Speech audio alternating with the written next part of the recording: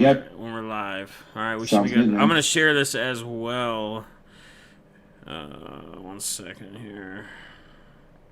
Truth already said what's up. He must have been in the waiting room because the way this is now, they have the like when you have something like coming up when you're setting it up, even when you're not live, it like basically people can go in the room and they can like hang out and chat and whatever. So when you pop it up, it's live. What's up, Truth? I'm gonna share this out quick. Oh, I see me. Thursdays. Just make sure your volume's muted. Yep, just did. Otherwise, we'll be getting a lot of. I'm gonna turn mine on my phone as well, so I have an easier way of looking at chat. Watch. All right, so we already got Truth. We got RSR. We got Pittsburgh, man. Hey, it's good seeing you, man. You've been popping in here. You've been here consistently. We got RSR. We got Susie's in the house. Just wanted to say you timed me out with my management team. Did after the fact. I apologize for. I don't know. I didn't time you out. My mods take care of all that stuff. So if you keep saying like cuss words, they're probably gonna time you out. So anyway, guys, what's up, everybody? It is Thirsty Thursdays. You're with your boy Defness. We got our boy Javier on here. This is a familiar face. He's already been in depth with Defness. He's been interviewed before. This is the man who has actually played baseball against inmates in San Quentin. And no, he was not an inmate when he did this. He went to do it to do something fun and cool in the experience and kind of give, I guess, what would you say? What kind of word am I trying to go for? To like give some outlook or give some whatnot for the inmates, so they kind of have they can put their minds off things for a while and just have a good time and play baseball. And he's forever now since been bringing his baseball team yearly, the 18-year-olds, out to San Quentin to play ball as well. So Javier, man, what's going on tonight? How you doing, brother? Oh well, man. I went on my second day of teaching live today for my kiddos. I thought this would be a different way to teach. I know a lot of teachers are pre-recording their videos and then uploading them and having kids go and watch them. Uh-huh. I went the different route. I'm going from 8 to 11 a.m. live, where they have to wake up early, just like a normal school time. Parents couldn't be any more thankful because now their kids are back on routine. Yeah. I get to see my kids. They get to see me through Zoom. We get to interact with each other. We take little PE breaks, do push-ups here and there. Mm-hmm. I had an interview with Tyler today. He came on and talked to my ASB kids. Awesome. Just like you did the other day, man. Yep. So every Tuesday, Thursday, man, I'm always looking for somebody new to just bring some inspiring words to those kids, because I mean it means a lot. Yeah. And the more interviews we've been having, the more conversations keep getting brought up of all the cool things that we do through social media, and how we're not looking for a thank you. We're just doing it out of the kindness of our hearts, man. And that's huge for these kids to listen to. Yep. And yeah, I saw somebody, he was in jail. No, I was not in jail. No. They're like, man, they got this guy on live who was in jail as a teacher. No, so yeah, so I got to go back and play in prison when I was 21 years old. And I took my team for a graduation gift last year. As long as they were 18 years old and they graduated high school, I would never take a high school kid in there until they have at least graduated. I don't care if they're an 18-year-old junior; they have to graduate high school. For the protection of myself. Right. But it's definitely a good experience, man. And I actually had a baseball talk with the guy who took me in there back when I was 21. He came and talked to my baseball team the other day, and we were reminiscing about the time we went in there, and nothing's changed. I mean, it's the same prison when I was in 21 to now that I'm 33 and went back in. It's the exact same setup, the exact same organization. Yep. You see a lot of the same faces because a lot of those guys are lifers. Uh-huh. And they're trying to be role models for these kids now, knowing that they messed up. And I know that sounds crazy and everybody's gonna be like, wow, no, that but it is. I mean, they know what they did, they know they messed up. And all they have to look forward to now is trying to prevent somebody else from being in their shoes. Right. And I don't think, like, personally, like, and I don't know because I guess I'm not a criminal. I've never been in prison. But, you always hear the stories and you see, like, prisoners or people they get out and then they can't, if they've been in there long enough, they can't adapt to the outside world. And they almost need, because whether they don't have structure in their life, like other people, like, keeping them structured or accountable or whatever it is, and then they go do something, they screw up again to get themselves back into prison, and they get themselves back in there, I think, a lot of times, and I may be wrong, I may be way off the wall here, but I feel like they do that because, again, they don't have the structure, they don't have the discipline, they don't have the accountability, and they feel lost when they're out in the normal world. Like, you know what I mean? You bring up a good point, man, because I kid you not, when I was in there, probably when I was 24, 25, so I kind of got familiar with the system. Yeah. One guy came up to me and goes, "Hey, good luck today." And I was like, "Thank you." He goes, "Hey, if somebody's giving you a hard time, let me know. I'm probably going to go kill them." I kid you not. Straight out of his mouth. And I said, "Well, I hope you're not going to kill us." He goes, right. No, I wouldn't do that to you guys. We appreciate you guys coming in. He goes, "But I'm so close from getting out of here that I've been in here for 25 years, and I have nothing to look forward to when I get out there." He goes, "I have kids. They've never came to see me." He goes, right. "And here I live like a king. I get 3 meals a day. I get to watch baseball. I get to watch football. I get to watch basketball. All these other outside teams coming in and playing. He goes, I live the life in here." And that's just, unfortunately, some of the sad mentality that those guys live is they're living, they're not going to be homeless when they get out. Right, yeah. And that's the thing, too. You bring up a good point. I was watching, I like hip-hop, I like rap, and I was watching some video that was posted, and I watched it because it drew my eye because there was some guy that, I don't know if you guys have heard of Shoreline Mafia. They're like a rap group. They're younger guys. And they recently lost a member. He got killed. He got murdered, whatever. Another one of their guys is they're breaking up. Another one of their guys is actually in prison right now. And so he actually had a phone on him in prison. He was in his room. He was on a phone and he was Instagram living with the dude OGZ, one of the head guys from Shoreline. And he's like, "Let me show you this." And he's trying to get to his Xbox and stuff. And people in the chat and the comments are going, "Man, if I ever go to prison or go to jail, I want to go where this guy's at because he's got an Xbox, he's got a TV. I mean, this was all in his room, his own room setup." So, yeah, you got to think people feel it's like home to them. Some people just get accustomed to it, they don't know anything different, They go in at a young age, they go in when they're 18, 19, 20, whatever. Might be older depending upon who you are and what you did and what happened, but yeah, it's just weird. It's crazy, and people always say, well, why would this person go screw up again to get back in jail? But I think it's we talk, man. People they don't know anything else.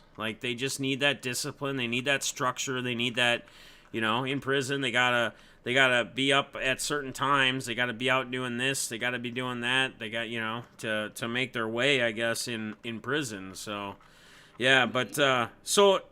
Tell us, you talked a little bit about it. We know about it on In Depth. But just tell us, you personally, the experience itself as far as doing this. I'm sure you had some fears, going in at first, you probably don't have maybe that same fear anymore when you bring your kids back or the team back. But is there, do you get, tell us about the first time you went in there, when you were 18 or you were a kid or whatever. The first time you went in there to play ball, what were you feeling like, man? What was it like? So I was 21, I believe, when I went in there, 2021, and I love baseball so much that it was a no question about it response to say yes right away. Yeah. And I remember because I lived in the Bay Area. I played for San Francisco State, so yeah. San Quentin's only about 40 miles from us, 30 miles from us, and we drive. And when I was playing for Yuba College, we played Marin County, which is where San Quentin's located. And so I always drove by it, and never in my dreams would I have thought, hey, one day I'm going to go play against the inmates. Right. But we got to the prison walls, and this is almost during the time of Scott Peterson when he was huge, when he had killed his wife who was pregnant. Yeah. And so I remember even watching the news and people standing outside, because he was about to get the electric chair and being like, holy smokes, I'm about to go to this prison. You know? And, there were still signs there that say, you had some that were free Scott Peter, or don't electrocute Scott Peterson, and then some that said did, Yeah. And so walking in there, getting to the gates, I'm pumped, but then once we had to give them our IDs and search through our bags, it started getting more and more real, holy crap, it's going to happen. Yeah. And then so we had to go through like 4 different checkpoints in order to get into the prison. Well, as soon as you walk through the main gates, you come to a beautiful scenery. I mean, there's a church on the right-hand side. There's beautiful landscaping. Yep. And I think I talked about it in the last, and when we had our in-depth, was they have that SQ basketball show on Netflix. Yeah. And it actually shows you what it looks like to walk through that front door. Wow. And you look to the left, and they're like, oh, that's Death Row. That's where the Unabomber is, and Scott Peterson, and and they're yelling at you. You can hear them actually yelling at you, like, "Hey, fresh meat," thinking that we're dealing with them. And I'm like, man, we're the inmates. And so you walk up this hill, and then you start walking down, and as soon as you walk downhill, there's maybe 700 inmates just roaming freely. And I remember thinking to myself, oh my God, like this is actually happening. And I told you that I grew up with some uncles who had made some bad decisions, so I knew what the prison life was like just from their stories. Yeah. But never first-handedly got to see it and meet an inmate that wasn't a relative. And my heart is pounding at this point now because as young as I am, as fit as I think I am, as strong as I am, I mean these guys made me look like a 10-year-old's body. Yeah. And I thought I was in good shape for a college guy, 21 years old. Right. And they have all their they're doing free weights, they're just lifting and no shirts on, and a couple of the men had some implants, and interesting. one of our 18-year-olds go, hey, I didn't know this was a co-ed prison. And we just looked at him and we're like, yeah, you should go get her number, like just messing with the kid. And this is us being dumb idiots at the time. Right. And we're like, dude, just take a look at the Adam's apple. He's like, oh my God, is that a man? So, this inmate had like 2 guys deep on each arm. Yeah. Just these men following her. Him, her. And we get to warming up, and we have people coming up to us like, hey, we hear you guys are good. The spread, you guys have a 2-point lead. You guys are -2 on the spreadsheet. I bet a case of soup on you guys. Good luck. Oh, nice. People are betting. You got inmates betting cigarettes, sunflower seeds, CD players. I mean, a CD player in there goes for $100 right now. Jeez. Just betting ridiculous stuff, and they got a chalkboard out there with inmates, and I'm like, oh, where are the umpires? Sure enough, here comes an inmate, dressed as an inmate. He puts on his umpiring outfit. I'm like, are you serious? Like, we're gonna get screwed. But you know what? It was some good officiating, man. Obviously there were some questionable calls where I'm sure that guy had to make the right decision for his safety. Yeah. But no, man, it was a fun game. It was fair, and I tell everybody, and I'll still tell everybody that it's the safest baseball game I've ever played in my entire life. Yeah, you mentioned that in depth. Because of the fact that me playing, me being a high school baseball coach here. Yeah. We get parents who want to fight other parents. You get kids that want to fight. And it's just so sad. Well, we're in there. That's their freedom. Yep. So they don't want to screw that up. So if somebody's fighting, they tell us, hey, sit back, we're going to take care of this. And that team, the baseball team, will go get in those people's faces, like, get off our field. Wow. Because there's no fenced area. I mean, people were walking through our games and everything. Yeah. Because they want to walk and run the track, But just an overall great experience, man. And I mean, even today even this last July when I went in again, it was the same thing. I mean, beautiful landscaping. You walk down, there's tons of people. Only difference is they took away all the free weights, so there's no more weights in the yard anymore. It's all push-ups and pull-ups. Okay. But yeah, man. It's definitely an experience that I love doing, and I reached out to a couple people who I know play baseball on Twitter. I'm like, hey, if you guys are interested, man, let me know. I'll bring you in. I think did I not invite you? For what? To come with me next time? Oh yeah, for sure. I would totally be down, bro. I would totally. Man, I mean, you have a place to stay, for a weekend or whatever, and we'll go in, and it'd be something you can talk about. Yeah. But it's July 18th this year. That'd be insane, dude. I would love, man. I'd love to fly out. I'd actually love to do a little. Where exactly are you? Where like you don't have to tell us exact, obviously, but what area are you in? It's all good, man. I'm from Gridley, California. So, if anybody's heard of this quarterback named Aaron Rodgers, he's only about 20 miles from where I live. Oh wow. Okay. Cool. So that's thanks to Aaron Rodgers, everybody's like, oh, Chico, but you know what? Yeah. When they say Aaron Rodgers, they say Cal Berkeley, but I mean he went to Butte College. Yeah. He went to PV High School here in Chico, which is a pretty good Division II school. Awesome.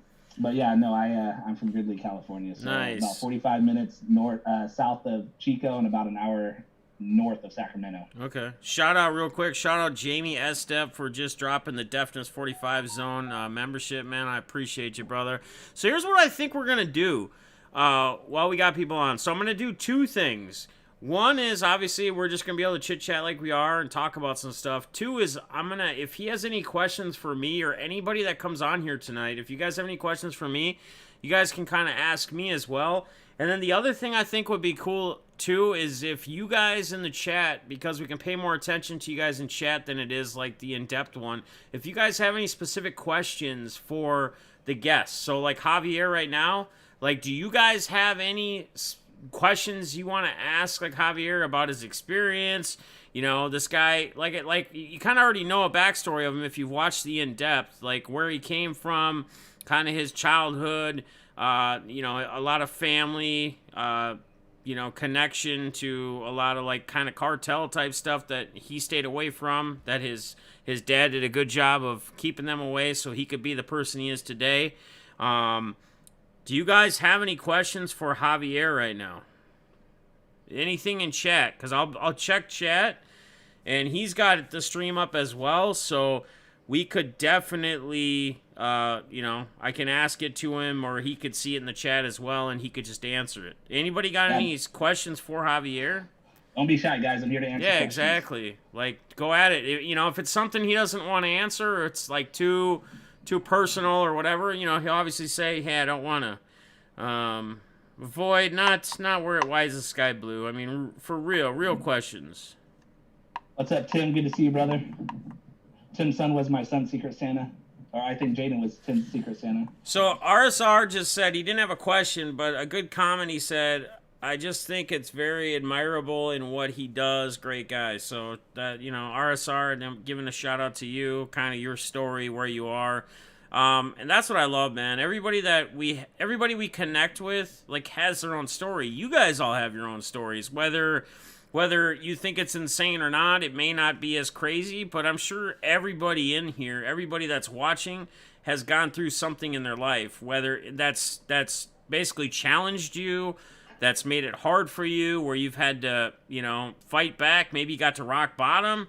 Who knows?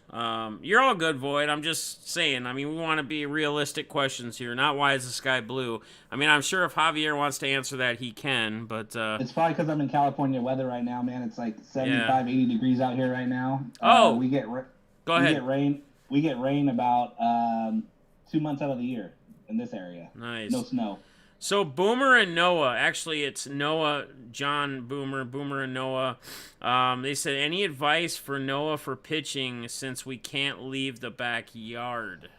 Yes, sir. Lots of advice, actually.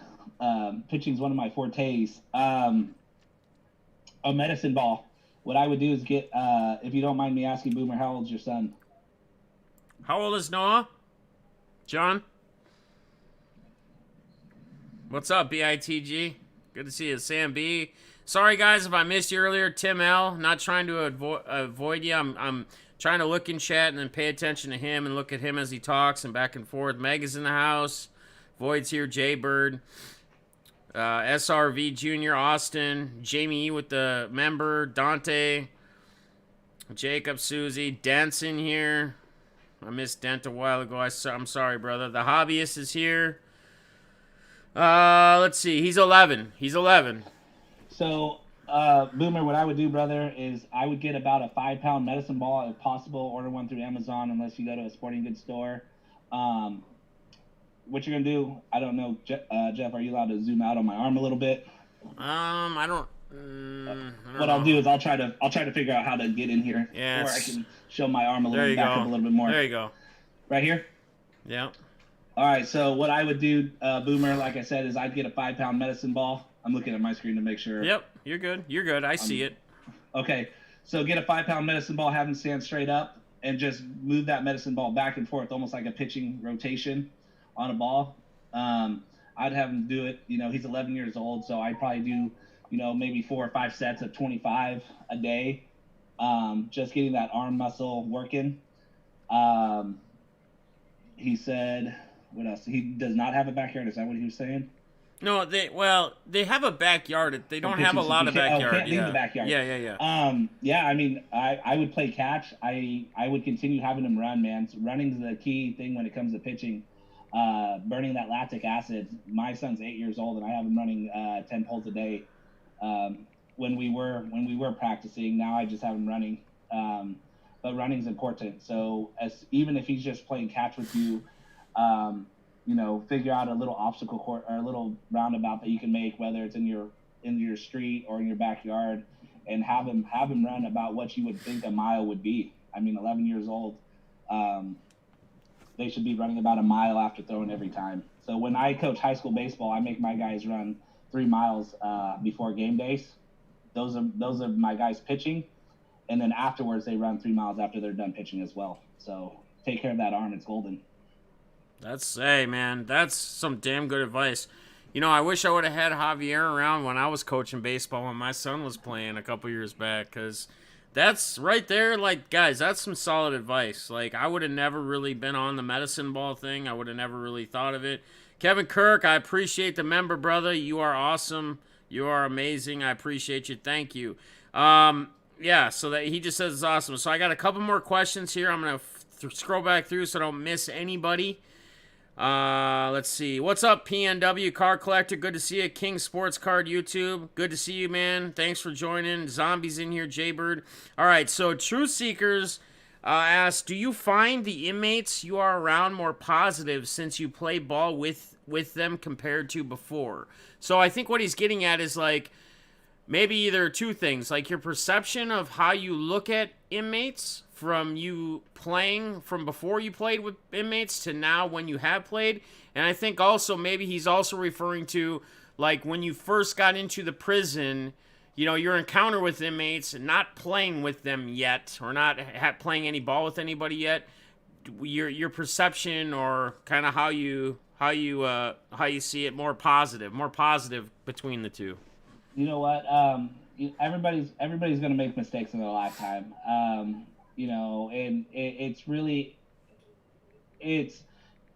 I give respect to those guys. I can give them respect during those 2 hours. During those 2 hours, I give them full respect because, again, they are there for my kids. You can't take away the crime that they did. And watching that SQ basketball on Netflix, I mean, the basketball coach is the one that stabbed a kid at the Giants game. Is the reason why he's locked up there. And, you got this mom who's like, hey, he's doing so good in prison right now, coaching these kids, getting them ready to get outside of that world. But you still can't take away what he did inside, right, to get there in the first place. And, obviously, they're not somebody who's going to come out of jail and come searching for me to say, hey, I'd love a baseball job. I couldn't do that. Right. But when we're in there, they show nothing but respect to the kids. Talking to you, Jeff, earlier, I was telling you, man, it's crazy because when they put on their uniforms, they're glowing. Yeah. They have their skin's lit up. They're laughing. They're arguing with each other. Picking each other up. But once they take off their uniforms, they go back to looking almost like black and white, man. I mean, they just go pale. They go back to depression. They almost become jerks as you're about to leave, and I don't think they're doing it on purpose. But now they're going back to their world where for 2 hours in a uniform they feel free. Yeah. And while they're dressed in uniform, they're treating you with respect because you look just like them. Right. Well, once that uniform comes off, you're not like them anymore. Right. You are the person who's going out to go enjoy a Coke out on the outside or to have Taco Bell or McDonald's. And I think that it's almost a punch to their gut seeing us walk away, seeing how we were just the same person 20 minutes ago. Right. Yeah. I hope that clears that up. But I mean, respect to them, no doubt. They've opened up their arms. For when we come back in next time, they're going to give us a tour of the whole prison, which I think is super cool. That's awesome. They have the team captain, who again was an ex-MLB player, who said, I'd love to take you through our cafeteria where I guess there's this this little memorial of the Golden Gate Bridge. Wow. That somebody painted, and it looks real. Wow. And so obviously we won't go through death row, but we're actually going to get to go walk through the prison. That's insane. They're going to kind of huddle us so that everybody knows, hey, they're with us, which is pretty cool. Here's another. That's a great answers. Great. I love it, man. The content's great. So RSR had a question. Are any inmates resistant to your program ever given any problems? So the times you've done this, has there been any issues? Has any inmates been resistant to it?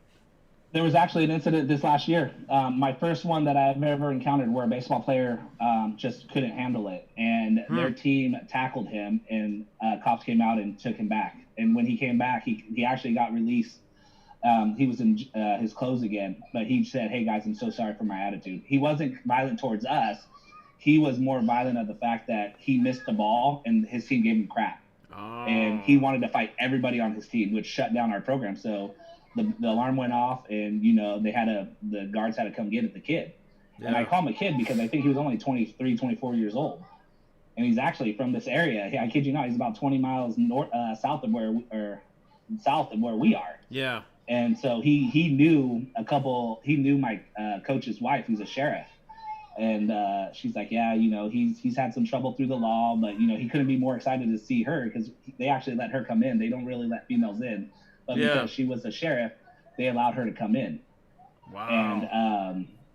And so that's been our only incident. Like I said, that kid apologized. He came over to our team, apologized, but they did hold off our game. But like I said, as soon as an incident pops off like that, their team is the first ones to stop it and say, hey, we want to play baseball. Get this kid out of here so we can keep playing. Yeah, wow, that's awesome. FDC Family Cards, welcome. Appreciate you popping in here. Sorry if I missed you in the beginning. I'm just letting the guests we have on speak as they have questions. But I appreciate you being in here. I love you supporting. Thank you. Hope you enjoy. We're just going to have a good hangout tonight. I guess I'm not seeing more questions right now, but I'm seeing a lot of shout outs to you. Awesome that you do that for the inmates, to people stating, like so many people just kind of disregard them as, being prisoners. They're bad people, blah, blah, blah. It's good that that you do this and that you give them that outlet, even if it's that once a year. I mean, you continuing to do it annually is huge. Like, it speaks volumes that you want to continue to go back every year and bring kids and play, and that's awesome. Corona, do you? I got my mix. I'm almost going to have to make another drink. I might have you take over for a second while I mix another one. But here, before I do that, is there any questions, Javier, you wanted to ask me? Well, you kind of you can put me on the hot seat, I guess.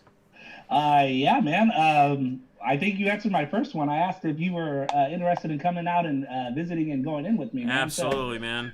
If it's not this year, I completely understand, man. I know it's short notice, but definitely next year. I plan on keeping this going.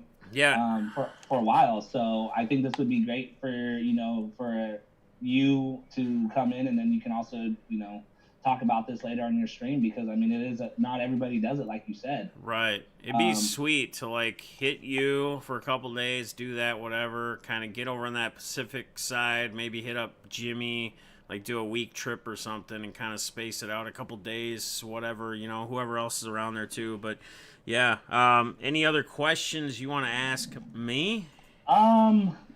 Anything, man.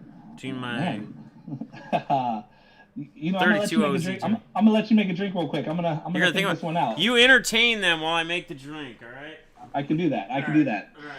I do see Jimmy in here asking about the 40. And Boomer, if you have any more questions, brother, you can find me on Twitter, or you can email me, man. I'll put my email in here for you guys right now.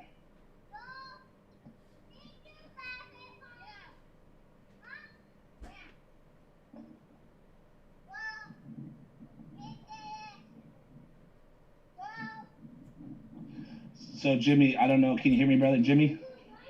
I have a funny story to tell you. All right, I'm running back here. I'll be just about back. All right, I'm back. I mean, I do have a funny story to tell you, though, right now, before I ask you a question. All right, cool. I know Jimmy ate that quarter pounder from McDonald's in 14 seconds. Yeah. I tried to do it today because nobody was watching me at school, and I recorded it. and I got through 13 seconds in just 2 bites, man. So I don't know how the hell he did it. Power eater, man. He can eat And fast. I recorded it, and it's an epic fail. It's an epic fail, man. So I plan on posting it a little later, but it was the worst thing. I don't know. I don't know how he did it. So it's an epic fail that I'm going to post later on today. But I was like, oh, I got this guy. He can't do it. But Jimmy, props to you, man. I don't know how you did it, but you were like 2 bites. You were like, man, I'm going to do this. I'm going to crush this, and I'm going to have it recorded, and I'm going to be like, pow! I'm going to post that and be like, I just broke that beast. I had a microphone ready to drop, but nothing, man, nothing. I lost. Nice. But I think I'm the street taco champion. That's for sure. Oh yeah. What's up, Todd? How you doing, man? Guns is in the house, obviously. Good to see you, brother.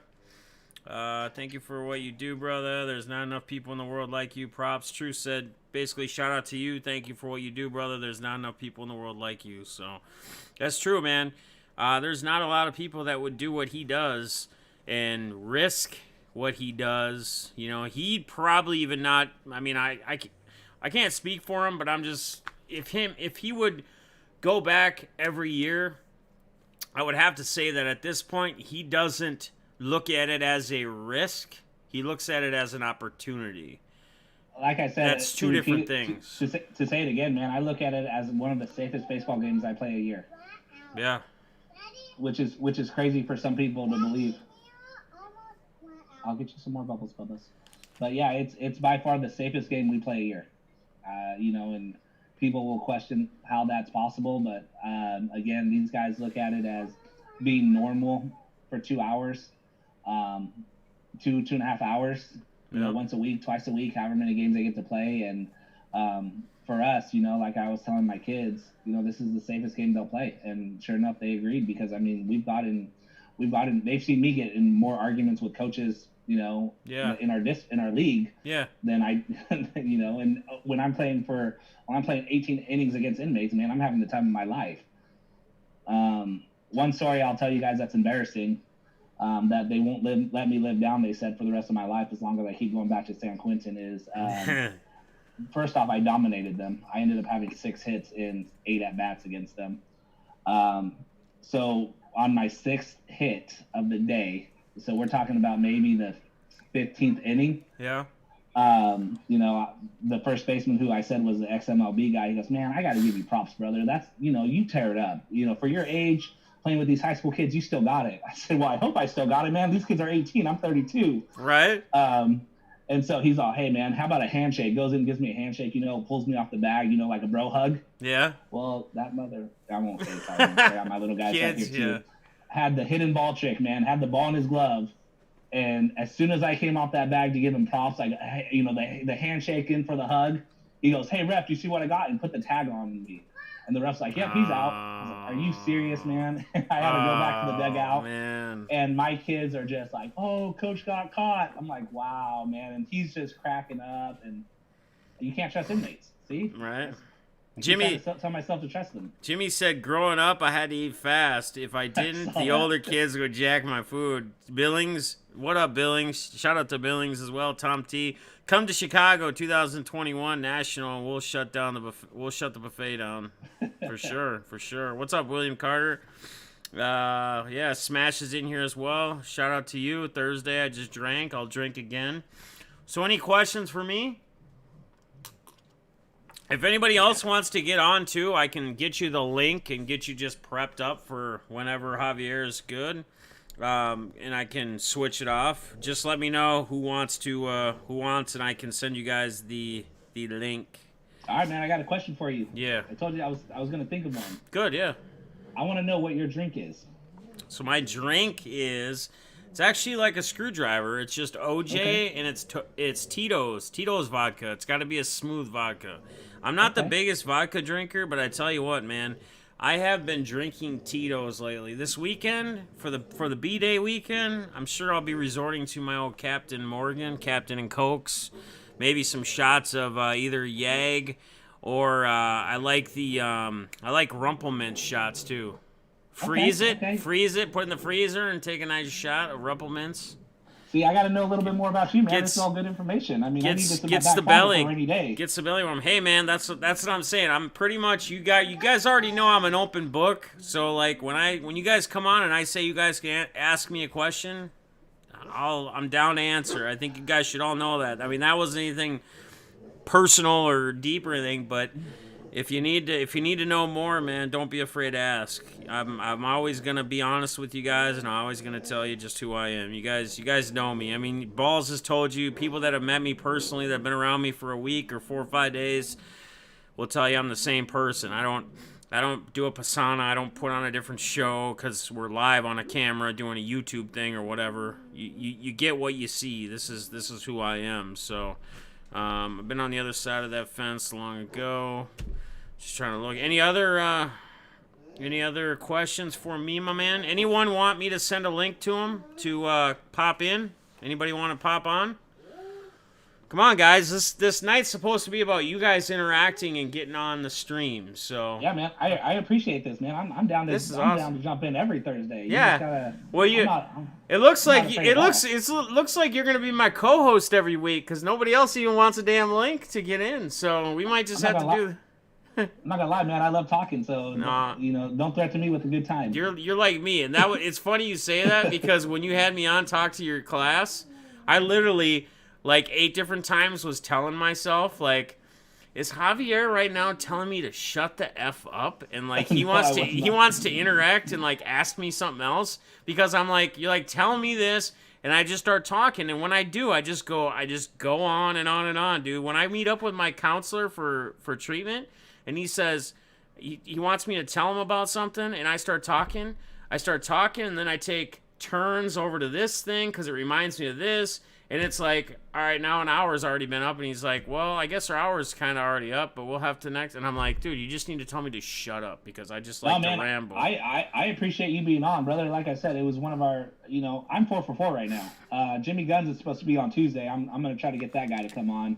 Hell yeah. Get Guns in there, man. That would be great. It'd be good for the kids. He was talking some trash. I'm calling him out everywhere I get a chance to call him out on, man. I'm going to call him out. So, well, it's nothing you have to worry about calling him out on. Like, it'd be good to have him on there to talk to the kids, like, for real. But I figure if I threaten him, he's going to come on because he's going to feel sorry for me. That's really why I tried the McDonald's challenge today. I was like, man, if I do this and I beat him, I'm going to say, hey, you owe me. Right. And now I still am trying to figure out a way for him to owe me. So I figure this is a great opportunity now that you have me live to call him out on it.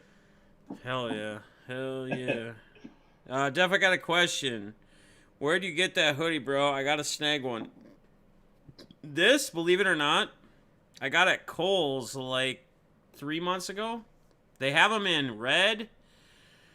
So it's got the Nike signs all over. They got them in red, black, green, I think blue. I'm sure you could probably go online and just like I would search like Nike swoosh like all over sweatshirt or something. You should be able to find something. Got mail today, thanks Truth. So send a link and I'll try. Okay, so Truth wants to get on here as well. I'm gonna get him a link to get him set up, but we'll keep you on here while we're chilling. The T-Mobile customer you are trying to reach is currently unavailable. Yeah, reach this recording there. Please hang up and try again. Mill City, what's going on, brother? How you doing, man? How are you doing? I'm going to get him set up as well, just so he's in the back ends. Jeff, I'm gonna give him the spotlight, brother. Well, hang on. Keep talking while I got to get this set up. And now my computer's gonna be dumb and not allow me to do stuff. That's not good because of this. I don't know if it's because of this or my computer. Man, I tell you what, I just got this computer like a year ago and I spent some pretty good money on it. It's got a good virus thing. I'm not watching porn on this thing. And I'm telling you what, man, it's been acting quirky. I tried to kill the stream the other night. Some of you guys saw that. I'm like trying to end it after the sale or whatever, and it wouldn't let me do it. I'm like clicking on things, and I had to literally like do the full power down where I hold the power button down. I don't know what's going on, man. It's I don't know if I'm gonna be able to invite people now. That sucks. You might hang on. Alt, what is that saying? Alt L or Alt 1? Jimmy's calling you out for looking up the nasty. That I figured someone would, but dude, I don't watch any porn on this. All right, here we go. We're just gonna have to do it this way. All right, good deal. It doesn't show that. You still, your volume still there? Yeah, we're still good. Okay, okay, cool. I didn't know. So you weren't talking. You can keep talking while I'm getting the next. I was catching up on everybody's messages, man. They're all pretty cool. Talking about, dude, everybody respects you, man. Like, how can you not respect you, dude? Like, really. Thank everybody. Thank you too, Jeff, man. Of course. Always, dude.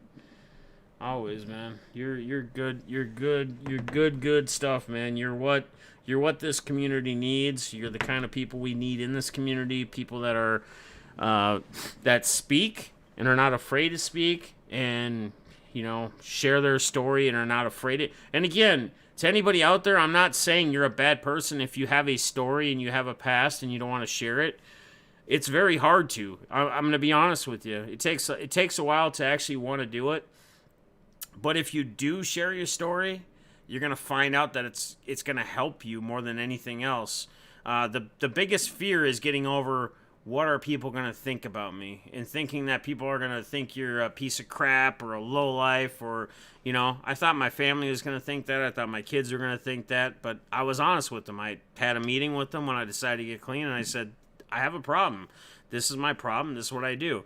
And it was the hardest thing I've ever had to do or had to say, but it brought us closer, and they accepted that, and they should accept that. Anybody that loves you or is a friend of yours should accept whatever you have going on, and they should support it and try to back you and try to help you be a better person. And that's what all you guys do. And I think, I can't speak for Javier, but I'm sure he would say the same thing. I think this card community and the community as a whole, for him even, as I'm sure helped him, just with him being able to share his stories and the feedback he gets from all you guys. So, let me see. All right. So, Truth, I did send a link, I think. Check your email. I did send you a linko. So any big plans for the weekend, Javier? You know what? I got the wife's birthday next Thursday, man, so I got to try to think of something big to do for her. Man, a lot of good people have birthdays in April. I love it. My birthday is Saturday, bro. Pre-gaming right now. Yeah, so my birthday's in the past, man, so now it's all about her. So my birthday was on Sunday, so now I got to start focusing on her. I got a couple mail days. I was going to do this before we went live, but then I was like, I don't want to switch the different scenes, and I don't want to go through all that. So, a couple things. John, he's on Twitter, Johnny. I'll put the links maybe in the bottom, but I got these Tyler Johnsons. It's going to be a little tough maybe to see it. The coloring, the things might be great, but this is numbered to 99. This is my guy right here. U of M, Gopher, Tyler Johnson. He's going to make waves in the NFL, guys. This is just it's a pink, not numbered. It's kind of weird doing it this way, but, and then he added this, dude. Shout out to John, man. Shout out. This is numbered to 30 or 31? 35. He threw this in. Matheson auto to 35 absolute. Michael, Wurge, whatever, our boy, sent me a bunch of Beasleys. So a patch, because he collects Denver, and now they're on the Wolves. So sent that auto, boom. It's I'm always doing it opposite of the way I'm supposed to. I think the camera, it's like trying to do everything reverse. And then that Beasley, guys, I got some sick mail though. Dante, we got in that case break of Gypsy Queen. So I got a short print Tony Gwynn. That's like the short print. We got a no-name Tony Pham. We got a no-name Adrian Morjan. No nameplate. We got a Tatis mini. I got a couple of these William Astillos minis. This is a Chrome. Bucks, or Rosario. Kepler. Gradall. It gets better, guys. Trust me. All right, and then, guys, check this out. I bought this card for myself. Shout out to Manny's Sports Cards on Twitter. He sent this with it. This is just a Kyler base, but he sent this Boom Biscuity to auto to 27. Contenders Rookie of the Year, Kyler Murray. And then Buck City Breaks things showed up. I'm not going to go through all the okays, but I got the Lions and the Giants in a random in a case. I had 2 teams, randoms. This auto. A little numbered Eli, numbered Eli. This is where it's at. This is the bread, baby. 1 of 1 Daniel Jones patch, the New York auto RPA. 1 of 1. That's awesome, man. That's awesome right there. That's nasty. I hit that. What I paid $88 between the 2 teams, random teams. I got the Giants and hit that. That's yeah. I saw that. Yeah, they posted that. Yeah, one of their new room breaks, right? Yeah, well, yeah, like the first day, because I had to get into a break, as we all should have if we supported BCB. Hell yeah! I just jumped in their baseball one today. All right, Guns, I appreciate you, brother. Thanks for popping in, man. He said Jeff Javier, I love y'all. I got to bounce. Be good, chat room. All right, man. Appreciate you, brother. Thanks for popping in, man. I know you're busy. Alex didn't know who I was, so I told him I was a famous movie star, man. Sorry. All right, so I think I can bring Jason. All right, man. I'm going to switch him up here, and I'm going to give you some time to hang out with the kiddos in the backyard and drink your drinks. You can hang out and chat, whatever. I appreciate you. Want to say anything else to the chat before you head out, brother? No, man. Sorry if I lied to anybody and told you I was a famous movie star. I'm just a teacher and coach. You're good, man. No, I wasn't in Napoleon. But no, I love you guys. Jeff, love you, brother. Love you too, man. I'm gonna hang out with the kiddos for a little bit. I've been at school all day, man. It's from 8 to 3. Like I said, I ran home so I could be on this show with you. Yeah, hell yeah, love that. Appreciate that. I haven't spent time with the wife, man, so I need to go. Cool. Love it. So love it. I'm gonna offer her a White Claw. You know, the Californians love their White Claws, I guess. Yeah, do it, man. No offense if any men like White Claw, but you know, I know she loves her White Claw. It's all good, brother, man. All right. Well, I appreciate you popping in. I love you, man. Later. Love you guys. Later. Take care. Yeah, bye. Bye. All right. So, just Jason on here. Okay. What up, brother? You're on. Can you hear me? All right. Can you hear me? Yeah, I can hear you. Can you hear me? Yes, sir. Let me get you zoomed in. All right. Can you scoot over? Can you see yourself on the screen? Scoot. Yep. So you're in the screen to your right. There you go. I mean, in my window, it shows me in there. Yeah. You're just a little off, but just yeah. You're good. It's fine. What's going on, Truth? How you doing, brother? Not much. It's the first time anybody's seen my disguised face. Oh, you're good, man. You have a photo up on Twitter and everywhere else in your YouTube that has a picture of you when you were military day getting your award. So they've all seen you, man. How you been? What's popping? No, not much. Just getting a little stir crazy. Been off for a while. Yeah. Not used to being home, but it's been nice hanging out with the kid. Yeah. So just getting stuff done, wife tasks, the 4-year-old task, stuff. I know this is probably different for you being on screen, like where you're showing your face, but just try to keep staying over so we can see you, because you keep kind of getting out of the window a little bit. So to the right, you're right. There you go. Perfect. No, a little to the left. All right. So I'm glad you wanted to come on here too and kind of hang out and chat with people. Man, if you guys don't know who Truth is, like, he's one of the he's up there with Jimmy Guns as some of the most unselfish people in our card community when it comes to just giving stuff and being a giving person. This honestly goes back to when I did the last 24-hour stream is kind of when a lot of it really started. He was probably doing stuff before then, but this is when he kind of really just boomed out of like, hey man, I want to do this. I want to raise a bunch of money for these people because we're doing this members in need type thing, and we're raising money for people that are really struggling right now.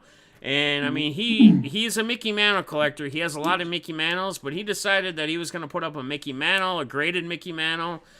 He sold that thing. I mean, he probably sold. I think he probably raised probably at least half, if not maybe more, of the money that was raised that night. We raised over like $1,500 for members in need. And then it just continues to roll from there. He continues to send things. We do we bring Noah into the group, and he's like, man, let me get his email. I want to send him some stuff, and he sends him a big old package. So I want to ask you, Truth, since I got you on here, brother, I'm going to put you on the spotlight. So, and it's good, but what is it? Something from your past? Is it something from growing up? Is it what makes you the unselfish, giving person that you are? Like what is it that makes Truth be that person, or what got you there? Because let's be honest, not everybody is as unselfish, and I'm not saying no one else in the chat room is unselfish. That's not what I'm saying at all. I'm saying in the card community, as far as like giving cards, selling their own stuff to raise money for people in need, you know, it's not something that just anybody does. Like I said, I'd put you up there with Jimmy Guns. Jimmy Guns is one of the other most unselfish people I know. But how do you get there? Like, is there something in the past that just made you like, hey, you know what? I appreciate and I want to help other people. Like, was there something out there that, you know, I mean, I don't know, man. Talk to us, Goose.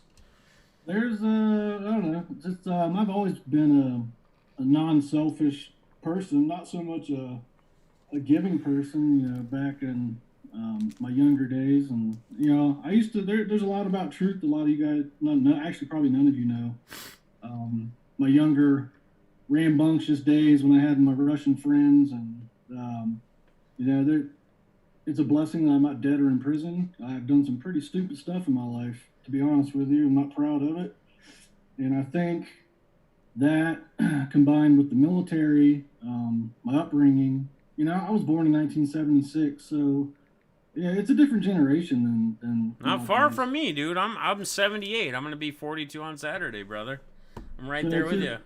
I've always been not a selfish person, but I guess the older you get, the wiser you get, and you know, I'm blessed. I have plenty, and you know, there's a lot of people that have nothing. Right. And like I've always said, it's just cardboard. I mean, I'd give my last dollar away if somebody needed it. It's not about. I don't know. I guess I'm more of a giver than a receiver. I guess you could say. I'm not comfortable with getting things given to me. I kind of feel awkward. Yeah. But I like to do things for people, make people, you know, because the one thing I've learned in my life is the little simple things you do in life, you'd be surprised how many lives you actually save. For example, in the military, there was a kid that always got picked on by his platoon sergeant. And, you know, in my opinion, it was wrong. Yeah. They just harassed the guy and bullying him. And one day he came out and talked to me because he saw how I interacted with my soldiers.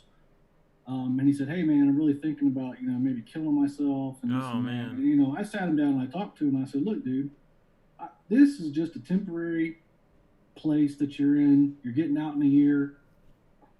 Don't let these guys bother you. I was like, it's not worth it. Yep.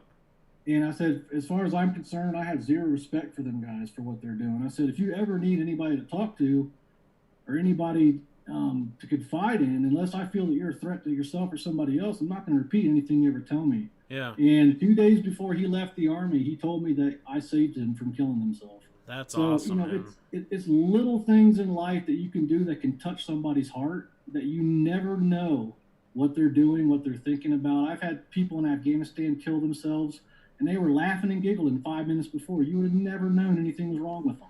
Yeah. It's the little things that can change a person's life, and that's what matters to me, because that little act of kindness can save a life, and it really can. Yeah. I've seen it time and time again, my friend, you know, and so you know, I care about the community, so, you know, I just want everybody to not go without, do what I can to make the community where we want to be. You know, we're doing a lot of good on Twitter. Keemer, Jimmy Guns, yourself, Matt.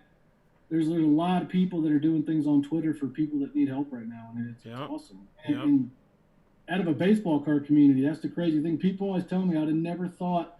I helped out a minor league baseball player. A sportscast radio guy contacted me, and I sent the dude $100. And the guy said, I'd have never thought in a million years that a baseball card community would be the community that would reach out and help me. Yeah. So it's just, when you think about it in that aspect, it's kind of mind blowing. It's just like, there's a bunch of baseball card collectors, but also there was a bunch of great people with big hearts in this community. Right, so, right. We could do more. Oh yeah, absolutely. You brought up the military a little bit. I mean, and again, appreciate you. Thank you for your service, brother. I respect you for that. Do you want to touch on or talk at all a little bit about like just the experiences in general as far as military, going through military? Is there anything you want to touch on, bring up about that as we get to know you as the person, as people see the face to the name? Like they all know Truth, but right. A lot of people I'm seeing in chat like, hey, it's awesome. First time I can put a face to a name now. Like people love that. Who's that ugly guy on the camera? No. You're taking care of my issues. I know. But is there anything you want to talk about as far as with the military?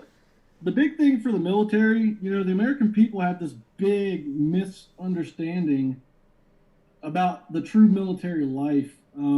There's a lot of suicide in the military. Oh, yeah. A lot. Oh, yeah. And, the DOD, Department of Defense, they're not really going to talk about it much. There's a lot of rapes and a lot of sexual harassment, It's a hard life. It really takes somebody that has, that's why they call us the one percenters. Yeah. Not everybody can do it, or they would. It's not by any means a hard job, but if you can't handle structure and basically asking permission to go to the bathroom when you're private.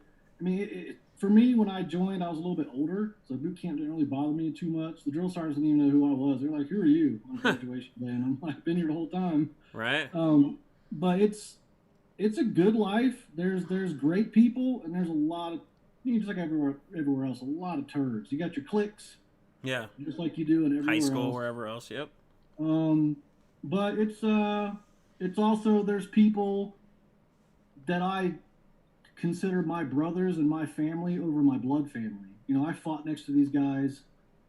They bled on me. I bled on them. I wear a bracelet on my arm. It's got 4 of my closest friends that died in my last deployment. Those people, I would die for them. And that's the kind of camaraderie and brotherhood. I know you hear it a lot in the movies, but you're not going to find that anywhere else. Yeah. You never will. And those are the type of bonds and friendships you create that last forever. And that's the one good thing about it. There's a lot of ups and downs, bad sides about the military. I don't want, the bad sides, it is what it is, but it's a hard job. It's a strenuous job. Yeah. It's hard on your body, especially if you're in a combat MLS like I was. But, I had a lot of fun. I'd do it all over again if I could. I wouldn't change anything. Going to sniper school and getting to do all that stuff, it's fun stuff. It doesn't help you so much when you get out in the real world, obviously. So we don't need you to talk about having to snipe anybody or anything or any wars or anything. No. But what I do want you to talk about a little bit, because again, we're getting to know you a little bit more just as we're hanging out. So you bring up sniper schools. So what position or what did you actually, you were a sniper then in the Army, or what did you actually go to do training for within the military? So I graduated boot camp out of Fort Benning, Georgia. Went to airborne, was an airborne holdover school for about a month waiting on a slot. Got done with that, flew over to Germany for my first duty station, met my first sergeant, and he said, "You look like you're older and more mature. You're going to sniper school." I had no clue what it was. Got sent right back to Fort Benning, Georgia for a month and a half to do sniper school. It's a pretty hard school. Not the hardest. Mm-hmm. Ranger school is pretty hard. Sapper school, I gave up on. I got tired of that one. That one kind of sucked. But you spend a lot of time crawling around on your stomach and face, actually the whole time. But they teach you a lot of cool stuff. It's basically, there's only a few gentlemen's courses, as they would say in the military, where you're not getting your balls crushed for 24/7, and that's not one of them. But it was a fun school. I had a lot of fun. Made some good friends. Yeah, but it was it was a learning experience. I tell you, you never know what you're getting yourself into until you actually show up. Yeah. It's pretty wild. I can tell you that. So a lot of fun. Would you say though, like after going through it, would you say that? I mean, okay, so let's answer it. Let's ask it this way. So you going through it now as you have, would you do it again, knowing like how you've gone through, what you went through when you did it? Would our boy Truth do that again? Would Jason do that again? In a heartbeat. And okay, cool. Not only would I do it again, but I try harder. You always look back and reflect on things you've done and said, man, I could have tried a little bit harder. Man, I wish I could have done that a little better. Yeah. There's a lot of things that I would definitely not want to do again. Like, burying some of my friends. Yeah. But of course, yeah. There's a lot of things that I would more than gladly like to do over again and give it my all. Actually go into it. Especially when you know what's coming. It's a little bit easier to say this now, but you don't know what you're getting yourself into. It's a little bit different, but yeah, I'd definitely do it over again. I mean, I don't regret any decision I made in the military. I mean, my recruiters didn't even want to give me an infantry slot when I refused to join until they gave me one because my GT scores were so high. They wanted me to go into some like intel, and I said no. I want to go over there and fight them dudes, or I'm not signing up. So a month went by, and they called me up and said, "Hey, we got a spot for you." So, no, I don't think I would change anything. There's just a lot of things I think I would try to do better. Okay, nice. Well, and it's good to hear.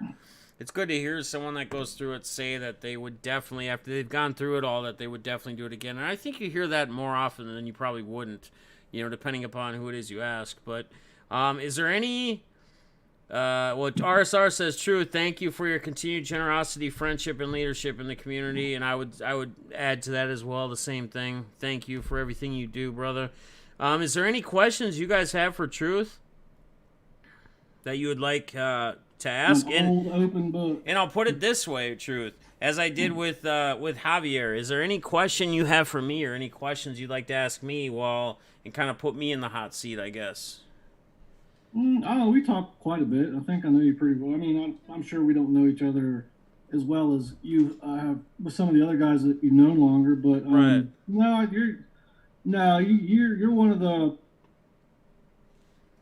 most highly respected people that I consider, a leader in this community is yourself. And to be honest with you, when you took that break for a while, I was a little bit not upset, a little bit kind of. I guess a little, not hurt, just a little bit disappointed because, I've taken a berating of email thrashing and hate mail and just for no reason. Yeah. And I can imagine some of the stuff you're going through. You're such a great guy and you bring so much to the table. It just really sucked to see you take that break. But I understand it's probably good that you did. Well, and I should have probably taken a break, and I wouldn't have blew my top on a couple people that I regret blowing my top on, but we've moved past that. I'll answer this kind of. That's you kind of almost brought that as a question, I guess, me taking a break. And this is something I can actually answer on now.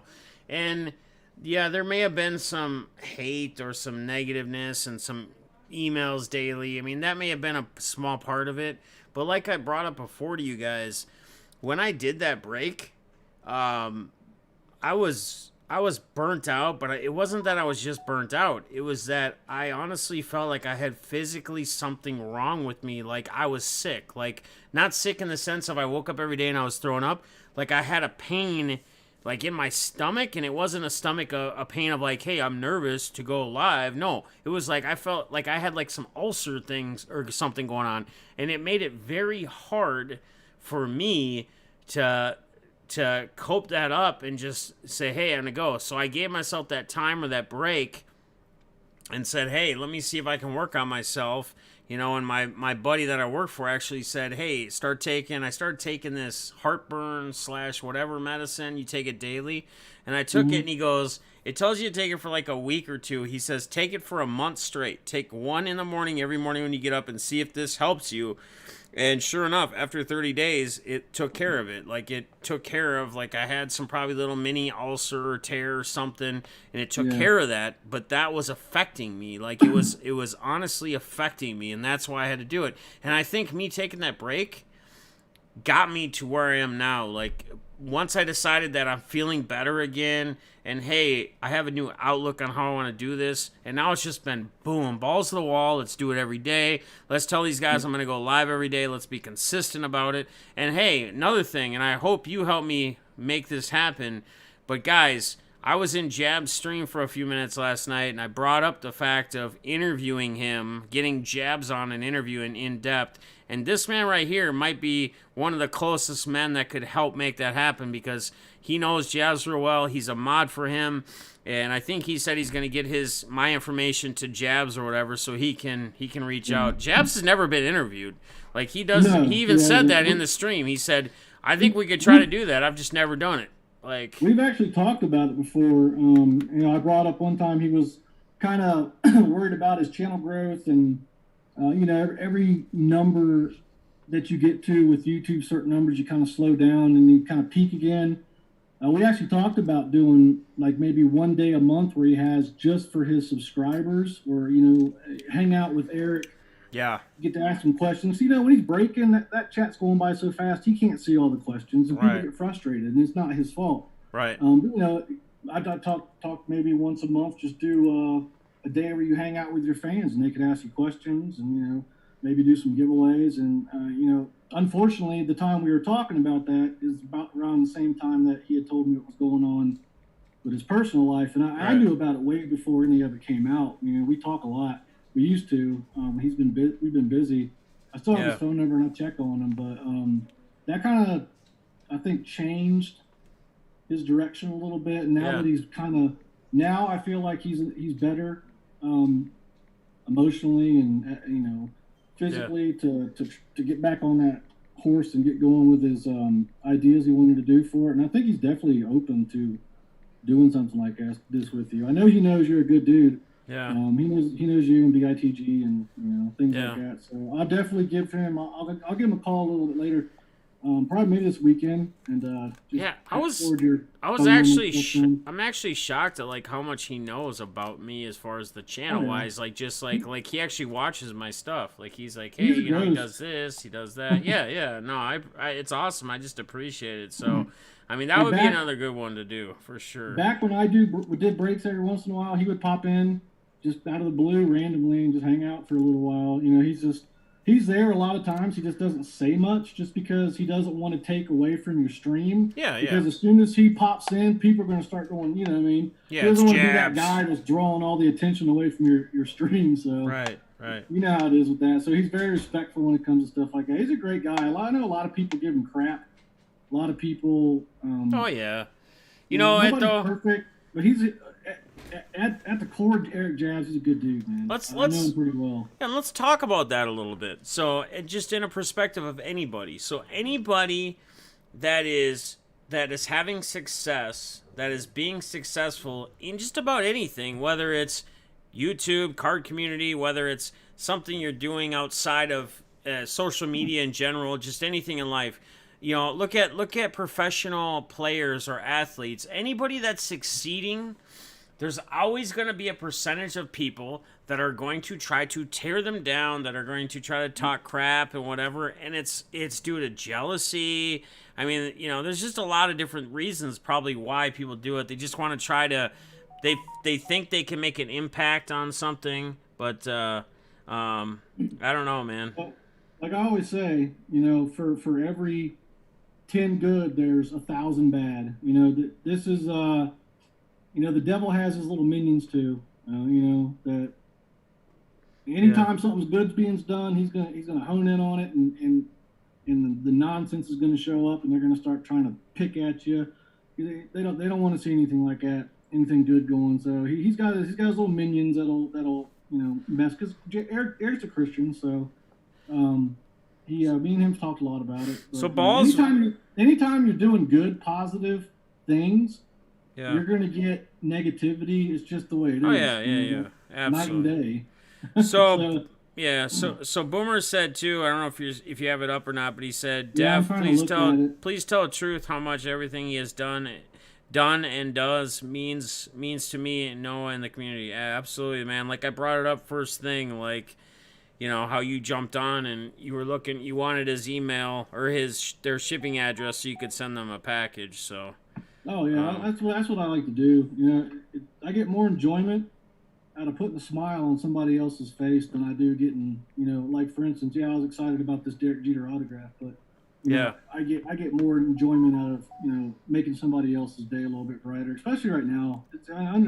I've only been off for maybe 3 weeks now, and I'm ready to go back to work. Yeah, I like the break a little bit, but it's just getting I don't know. It's different. I'm not used to it. I'm not used to sitting around. It's actually funny you say that, Truth, because like these last 2 days for me, like it seems like since people have gotten their checks, like direct deposit or whatever, like people are starting to get them. Like they started to get them 2 days ago, I guess. I think is when it was. Like my phone through my work day has not stopped ringing, and you know I'm not complaining, guys. Don't say I'm not complaining one bit. Like I'm happy I'm working. I'm happy I'm in an essential job. I'm grateful. But man, like when you're in a like when you do what I do as far as taking a call and the phone doesn't stop ringing and you got a call and you got somebody on hold and there's other calls coming in and you can't answer them because you only got one person you can put on hold. Like by 3 or 4 o'clock the last 2 days, I've been ready to be done with taking calls. Like, and it's insane. Like this whole stimulus thing, like people are going out and they're blowing their checks on. I mean, I guess if they need a car fixed or something, and that's an essential thing people need, it makes sense. Like they haven't had the money to do it, but hopefully they're doing it the right way and they have other things taken care of and whatever. But man, work's been crazy for me. Like I feel like I'm ready for a vacation. Like honestly, a little bit of a break, but you're busier than you normally are. Yeah, dude. I mean, like seriously, I actually texted Phil BITG earlier today, and I said, dude, I'm closing in on a record week in sales. And this is when half of our economy shut down, apparently, and the economy's doing so bad. Like, and a record in sales for me is not a bad week. Like, that's an insane week. So, again, I'm grateful. I'm not complaining in that sense. It's just, you brought up, like, getting back to work, and I can't even imagine if I hadn't been working these last 3, 4 weeks, 5 weeks, month, whatever. But I've been essential, and I'm grateful for it. But man, I'm telling you, it's been insane. Someone doing a live auction right now keeps mentioning bring your stimulus checks. Yeah, that's silly, dude. Someone doing an auction saying bring your stimulus check, like that's silly. Like joking around, but not really joking. Yeah, probably being serious, but trying to play it off like, oh, I'm just kidding. Right. Truth inspired me to give to others. So Bash Bro says, at Truth inspired me to give to others. He's been a light in this crazy ass time in my life. So Bash Bros, Carson and Austin. Carson and Austin are great kids, man.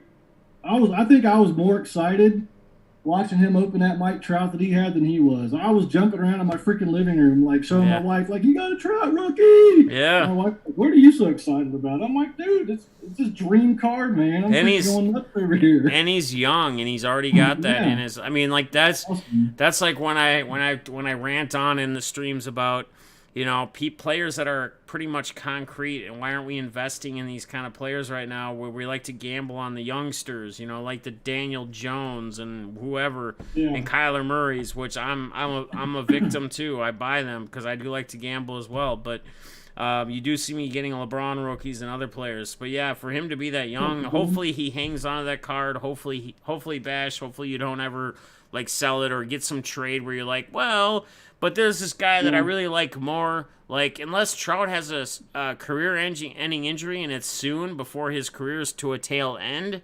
you're not going to probably have much of a better card you could have besides old vintage Mickey Mantle rookies and Mickey Mantles and Nolan Ryan rookies. Like, it's just the way it is. That's like people that hate on LeBron James. You know, they're like, oh, well, he's peaked and this and that. I'm like, so what if he's peaked? It's still a great investment.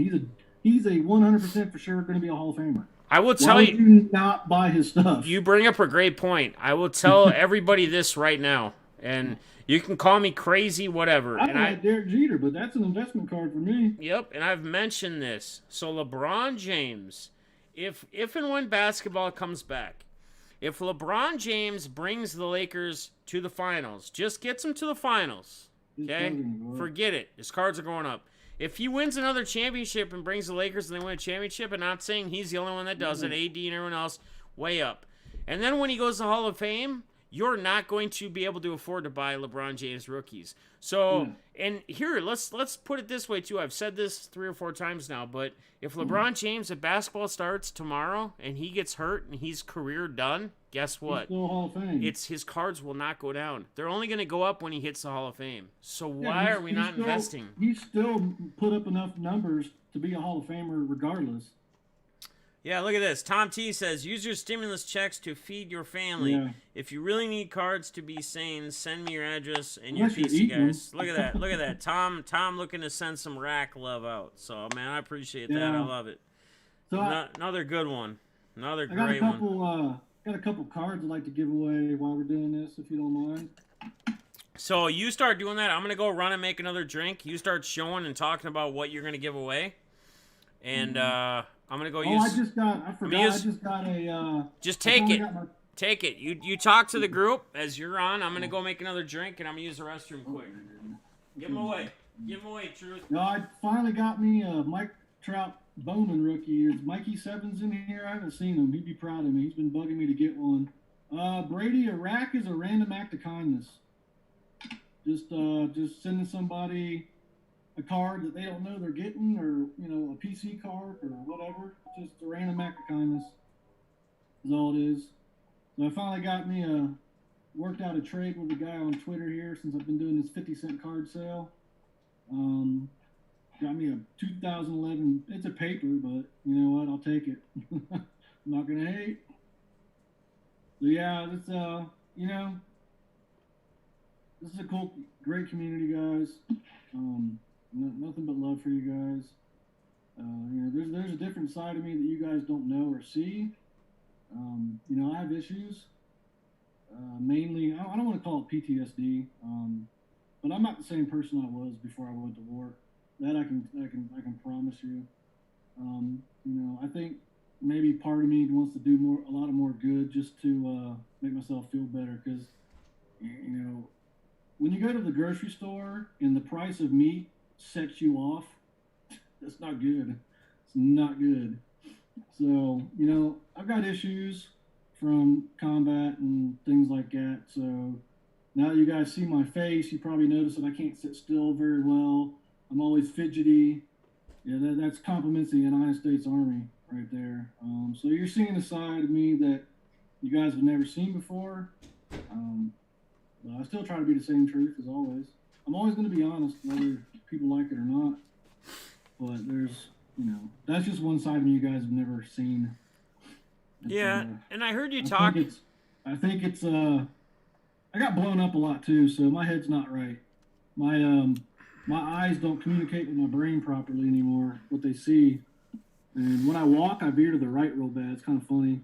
I laugh at myself. I'll notice myself veering like I'm drunk or something. But yeah, this is a side of me that you guys have never seen before. So if you're wondering why I can't sit still and this and that, it's just all from, to be honest with you, from being in combat. Yeah. I got a lot of shrapnel in me, and I do the best I can though. But I do blow off the top sometimes, so it is what it is. Yeah, guys, if you're just coming in, SRV? Yeah, if you're just coming in or you're not sure, Truth is on with us right now. Getting a lot of thank you for your service again. Thank you for all you do. So what cards were you going to be giving away, brother? Yeah, I started running off with the mouth. No, you're good. I'm glad you could keep it under control. I heard some talking, so we weren't in silence. I love it. So I'm going to give away this Austin Riley. Is that who it is? Yeah, Austin Riley, Bowman's best rookie autograph on card. It's just a base. It's not a refractor, I don't think, or anything.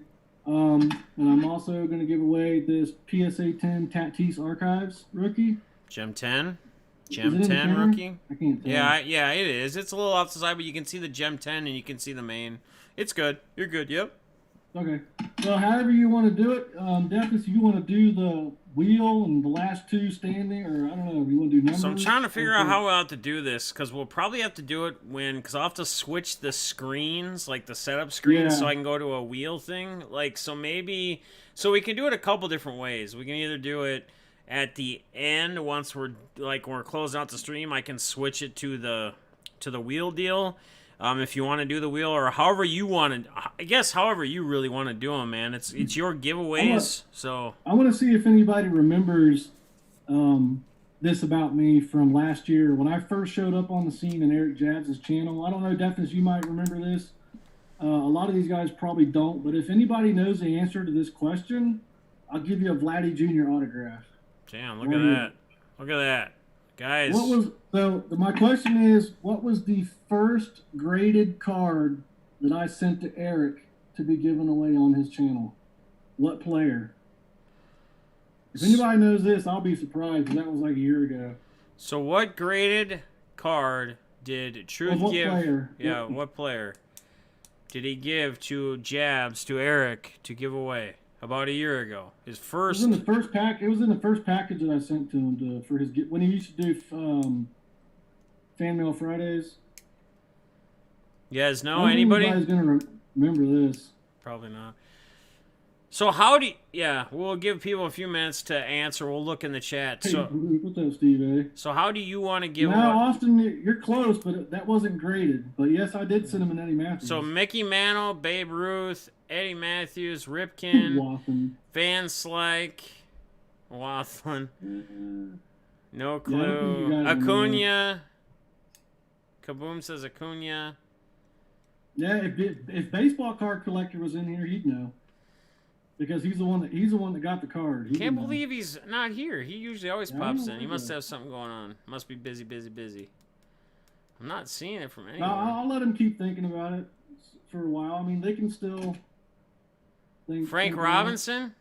No, he's definitely a Hall of Famer. He's not a current player at all. Al Caline, Dale Murphy. Mm-mm. What's up, Steve A? How you doing, brother? Fester's in the house. The card hobbyist got it. Hank Aaron. Where? Oh, Card hobbyist got it. Yeah. It was I think a 64 PSA 6 Hank Aaron. Card hobbyist. Make sure you get a hold of Truth. He will get that out to you. Email. Let me see. Let me put my email. Yeah, just type it in the chat or in the chat. I'm confused because I'm on the computer and the phone. I would say. That was the first card that I sent. Well, it was for a kid's giveaway, too. Because it was supposed to go to that Micah kid that I think's an adult. Yeah. Guys, it was guessed. It was the card hobbyist got it. It was Hank Aaron. Hank Aaron was the answer. Card hobbyist, email me at that email address, your shipping info, and I'll get that Vladdy out to you. Oh, the Cy Young is what I gave to Eric for his personal collection. And I was testing his character. And I heard a bunch of good stuff about him, but I wanted to know if that dude would give away his favorite card without even knowing what kind of card I sent him to add to his PC. And it was a home run for him because I sent him a T206 Cy Young card. But he gave away his best card, and that was my test for Mr. Jabs' integrity. And so, Truth. You're pretty good at these questions of your own self. So since you're giving these other cards away, maybe you have a question or another 2 questions you could just do in chat, and the first person who gets it gets them. Instead of doing a wheel or anything else, make it almost like a trivia, true trivia. I want it to be fair for everybody, though, because not everybody knows. I got you. Goodness. I'll tell you what, I got some cards right here. I don't know. Let me check the numbers on these. Make sure they don't go over. All right, guys, in the chat, if you guys want to type a number between 1 and 200. There you go. Yeah, that's easy. I got a stack of the new football prism here. I'll draw a card from it, and closest wins. So between 1 and 200, guys, drop a number between 1 and 200. And only guess one guess. Unless somebody has a number. If you see the number after you've typed it, then you can get another guess if it's already in the chat. And this will be for the Austin Riley autograph. Yeah, Brady, that's why I'm doing the number thing.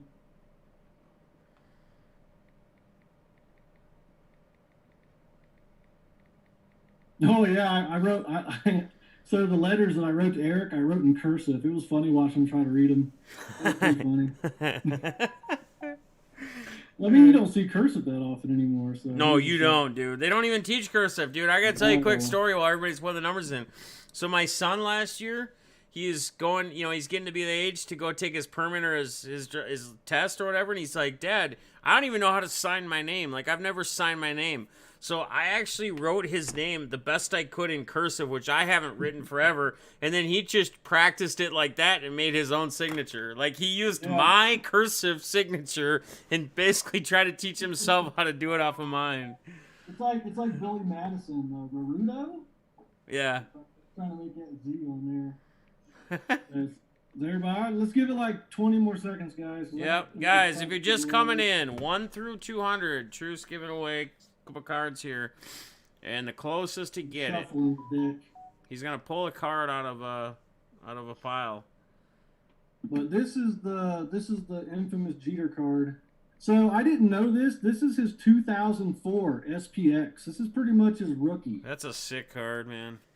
There's no date on it, and I had to look it up. But the card actually says on the back that the relic encased is an authentic Yankees professional Major League Baseball game-worn relic. Yeah, isn't that crazy, DMC Sports? He said that's messed up. Yeah, like, because they don't teach kids cursive. Like, so he didn't know how to write his name in cursive. He's like, how do I do a signature? It is crazy, man. It really is. I'm going to call Boomer quits at 17. All right, somebody want to put stop in the chat? Everybody got their number in? Austin, I appreciate you saying, or with the $2 super chat, he says, I remember when Truth first came on the scene, the card scene. Durango, we're going to give you yours. Durango gets his 119. Yeah, Durango's got his. Hey, Defness, pick a number, just pick a random number between 1 and 10. Well, I don't want to be looking at these damn... No, I'm gonna count how many cards I count in. Oh, 1 through what? 10. We'll go lucky number 7. All right, we're gonna go 7 cards down. 7th card is the number. Right. 1, 2, 3, 4, 5, 6, and this is the 7th card, and the number is 19. Wow. So let's see. Let's scroll through chat. I know Boomer got 17 with the star. Yeah, balls. We can do this for the second card too. Probably we'll do another one, a different one. Well, we got 2 people with 17. We got William Carter. He was first with 17. Okay, so if there is a number, yeah, you have to pick another number if you see it in the chat, though. So it looks like William Carter got this one. He'd be the first one. Yep. Boomer, my guess is 15 and 16, 17. Was there or 55 and 16? Was there a 55 or a 16 earlier? I don't see one. Oh, there was Boomer said 55. So Boomer and you guys had 55 and 16. So yeah, so 17 was right on the nose. So that would go to William Carter, man. Yep. Hey, somebody put Truce. I'll have chat do it. Someone in chat they know your balls in them knows your email. Put Truth's email so that William Carter can get a hold of Truth for the shipping information. You don't have to worry about doing it, Truth. You're on the show right now. Well, balls. I know I saw balls posted earlier. I think he knows what it is. All right. So you want to info. You want to run? So that was for the Austin Riley Riley autograph. Okay. Now we got to get rid of this Tatis PSA 10 slab. We'll do the same thing. I'll draw a card. Wait, hold on. Scroll up. Noah said 17 first. Hold on, let me look. I don't see. Oh, yeah, he did. You know what? I was just looking for the number by itself. It says Noah says 17. I was just looking for 17, so I'll scroll right past it. No, but look at the numbers though. Like, wait, it's before William. Oh, it is. Yeah. Yeah, I didn't notice it because he wrote before the number. I was just looking at the numbers, not looking at the text. So yes, guys, yeah, Noah did get it. Noah says 17. William Carter was like 4 after. William, I just wasn't. I'm not used to seeing. Or you know what? No. You know what? Let's just do this, Truth. Let's do this. So, Noah, would you rather have the Austin Riley or the Tatis? I think we just give them both, like, because of the screw-up Yeah. mix-up. Yeah, that's fine. So, Noah, which one would you prefer, brother? Yeah. Noah, you can pick first. Yeah, that's fine. So, Noah, would you rather have the Tatis Gem 10, or would you rather have the Riley Auto? I don't know if I can get them both on the screen or not, but... Yeah, we got it. We figured it out. Noah did have it first. But which one would, John, which one would Noah prefer? The Tatis Rookie Gem 10 he said graded? Padres to the Tatis. Yeah, he says Padres, Tatis. Perfect. Cool, man. All right, cool. So, William Carter, you get the Riley, and Noah gets the Tatis. So, Yeah. Carter, still get a hold of them. We're gonna go ahead and do that to make it all good. Balls and Truth, I think both put his email in there, so you can just you can just contact them. So that's fine. That'll work. Yeah. So Noah, I think I still have your address, Boomer, but I definitely don't have William. So William, send me your shipping information to that email address, please, so I can get it out to you. So again, Truth doing legendary things with giveaways. What's up, Chris B? How you doing, brother? Chris B's in the house. What up, Chris? Chris B is in the house. I hope Chris is doing well. You guys got any other questions or? Yeah, any other questions for Truth?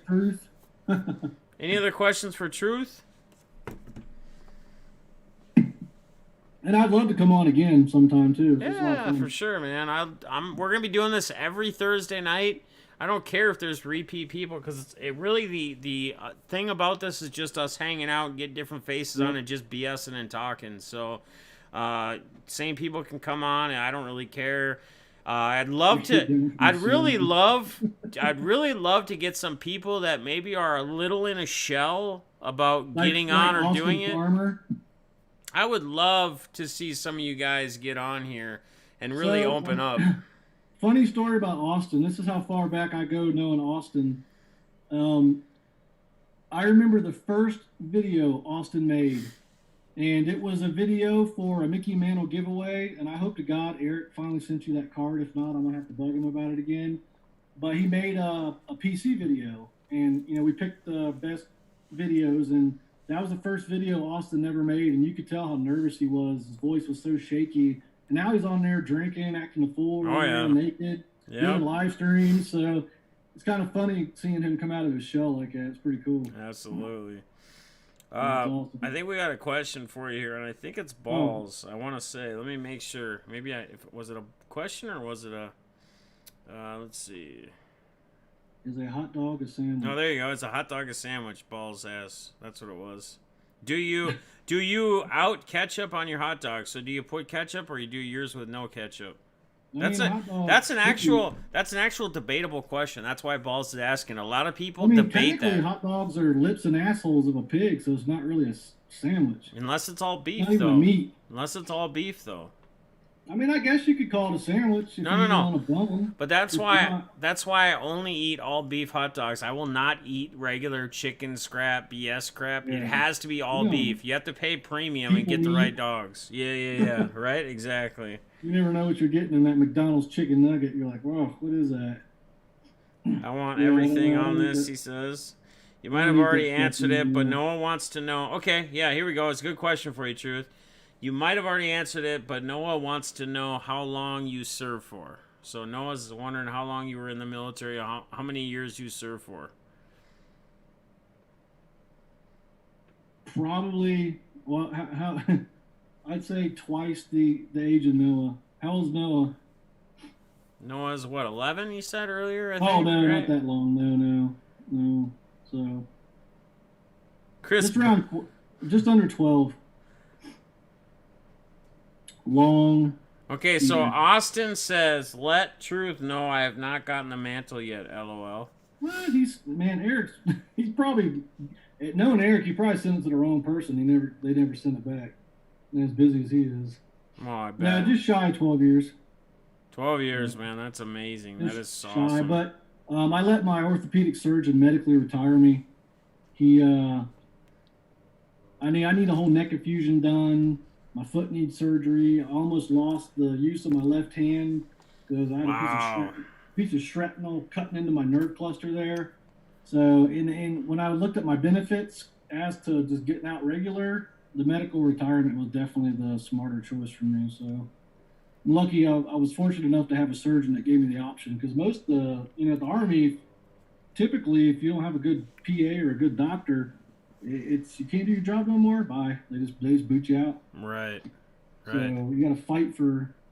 Nowadays, you got to fight for everything. And I think you might have brought this up earlier, like when you first came on, like you said, sorry, I move around a lot. I mean, is a lot of that to do with like just the whole military thing? Like, do you find yourself like just even if a camera wasn't on you right now, if you were just at home, do you feel yourself? Do you have to move around a lot? Like, is it kind of like for you to do you find yourself not being able to keep yourself still at a lot of times? I mean, it's so I take Adderall, and it's not for ADHD.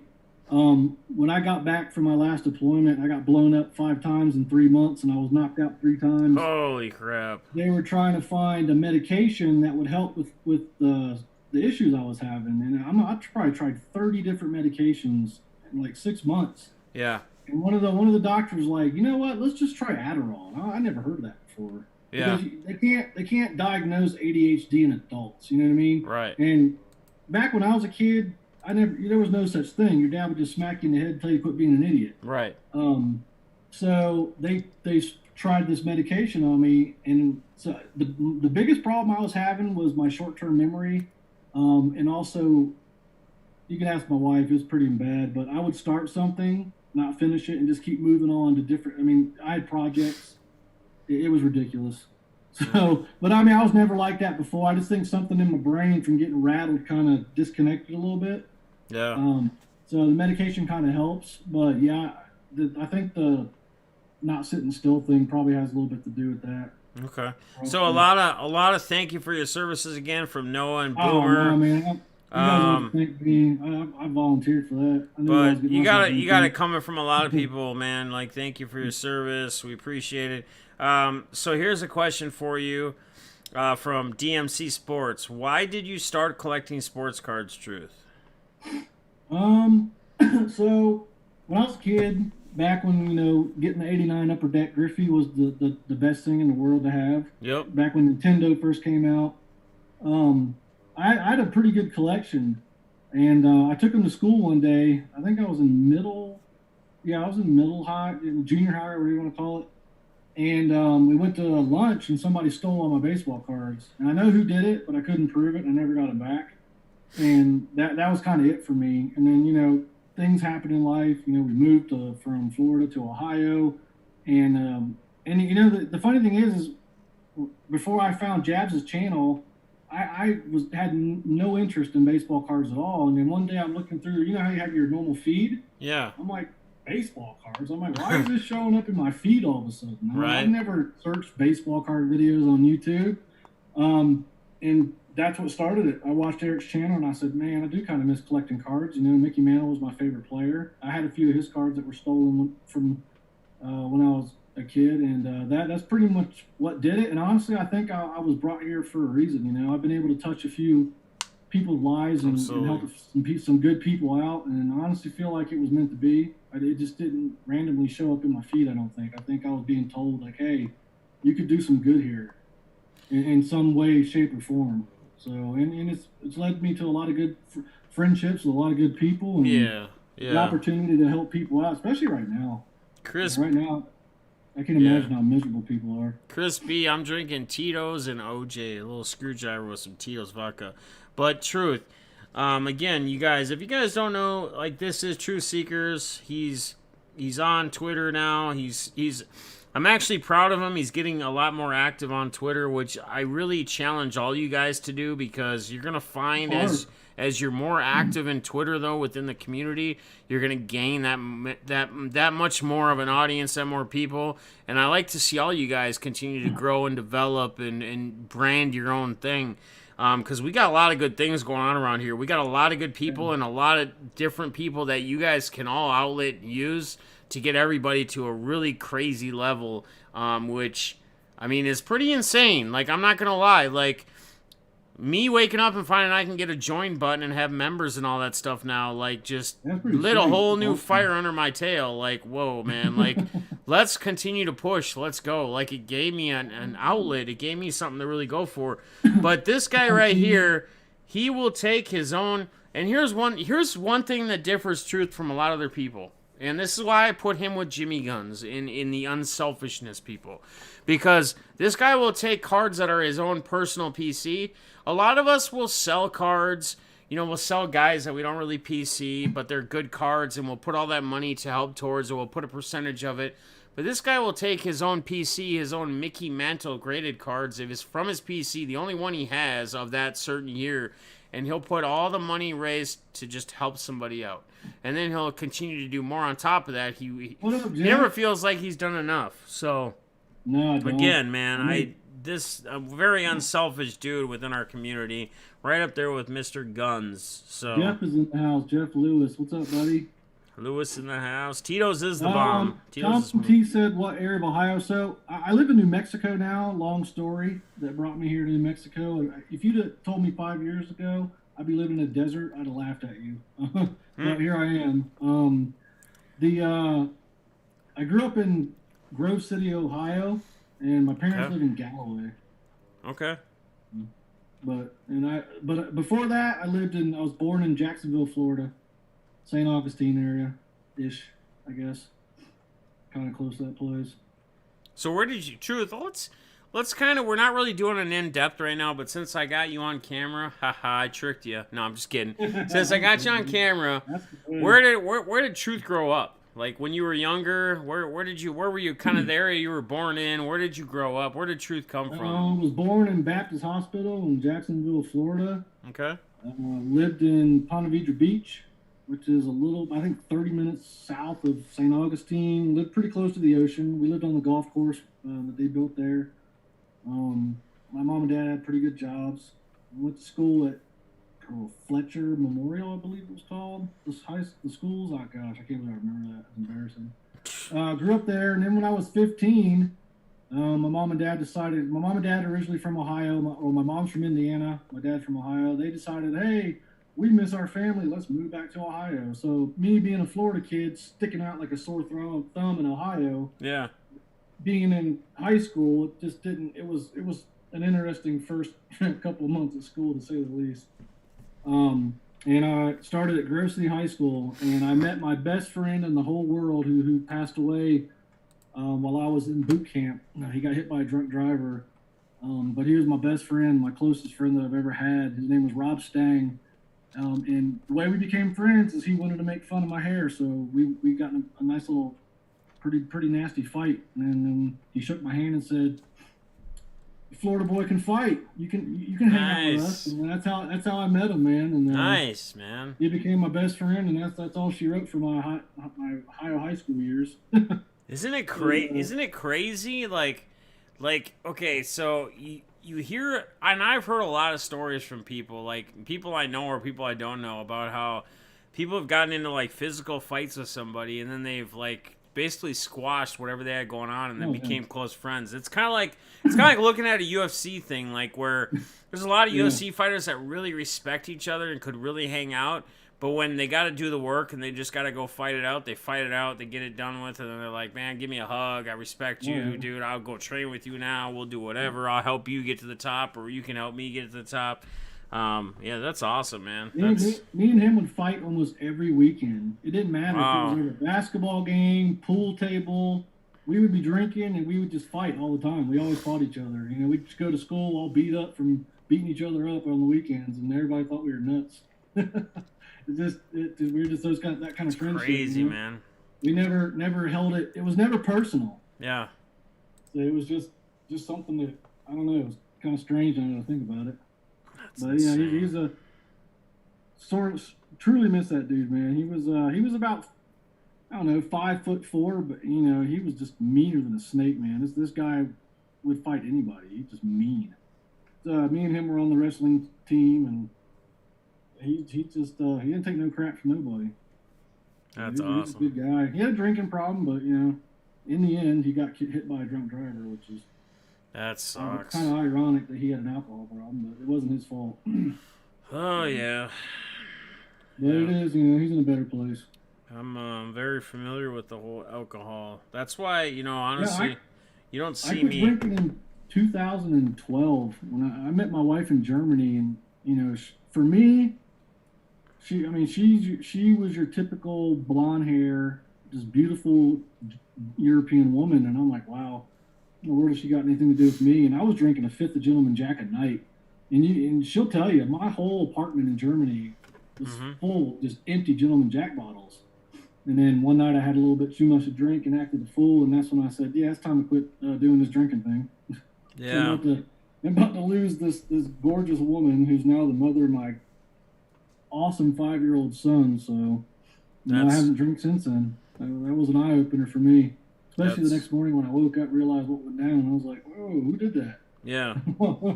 Wife said, "You did." I said, "No." Yeah. Right. So it was that. That was all she wrote for that. I'm like, nope, no more of that stuff. So we all have our demons. We all have our struggles, and I'm by no means perfect. I can be an ass, a prick, and I have my moments. But I always try to do the right thing when I can. I don't always do the right thing, but I try to most of the time.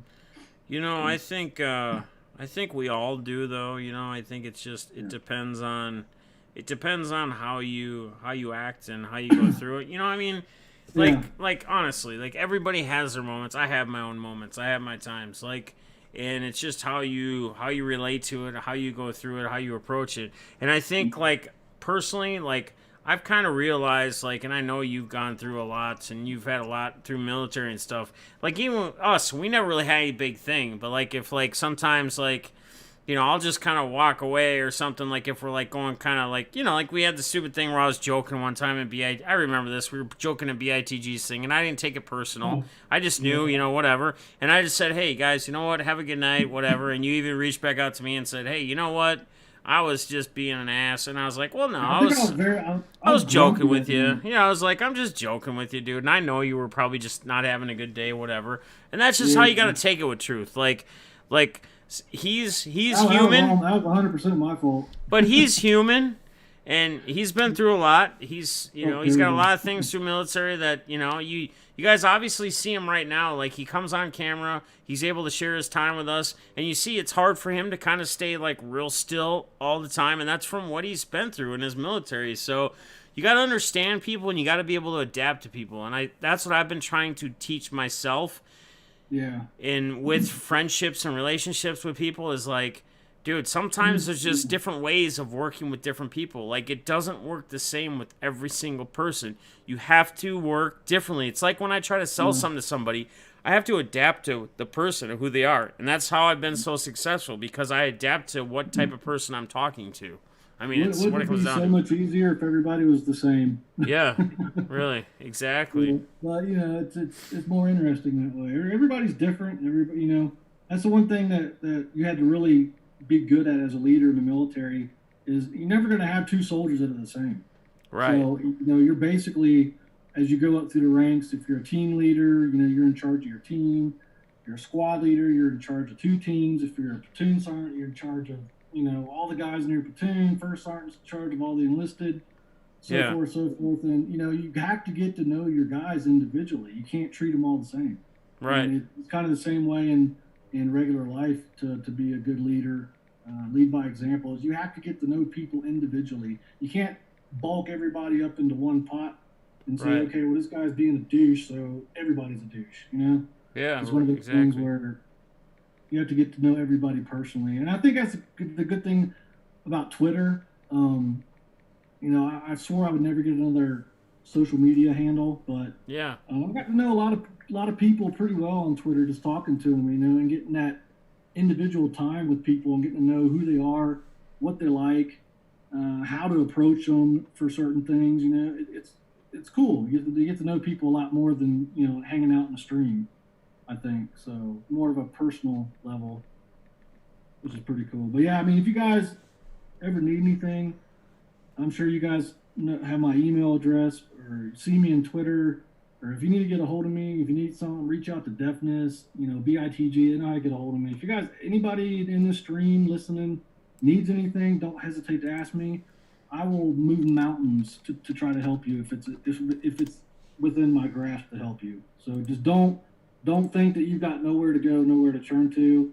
Truth's phone's always on. I don't sleep very much, so I'm always around. So don't hesitate to reach out. Hell yeah, I wouldn't expect anything less from Truth. I mean, he's been definitely a good stable pillar of this community with helping everybody, and man, it's just amazing what you've been able to do. I'd like to do a lot more. I feel like sometimes I haven't done enough. There's a lot of people that need assistance, and I run out of money too sometimes, and I feel bad. I'm like, dang it, man, I don't have enough to help these dudes out. I feel kind of bad. Yeah. So I just saw BITG pop up live, so I know everybody wants to get over. I think I got some spots in the break, but Defness, man, thank you hey guys, make sure you guys are definitely, if you're not subscribed to Defness on Twitter or YouTube, I don't know what's wrong with you. You might need to go to the doctor.